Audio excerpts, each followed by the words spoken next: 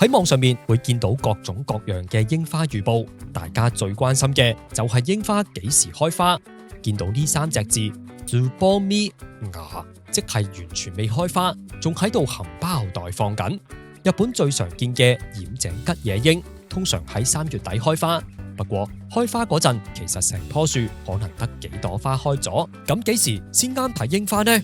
大概喺開花之後1個禮拜到，樹上面開咗80%以上嘅花就叫做滿開，亦都係最適合睇櫻花嘅時候，通常喺4月頭。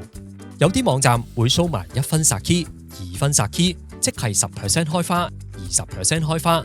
如果天氣特別凍，開花開得慢，就可以更加清楚見到開花開成點。所以就算開咗花，都唔等於即刻就有櫻花睇。廢青整咗條片，日本15個城市、63個景點逐個數。去日本睇櫻花唔使自己做功課，即刻去 YouTube 睇片啦！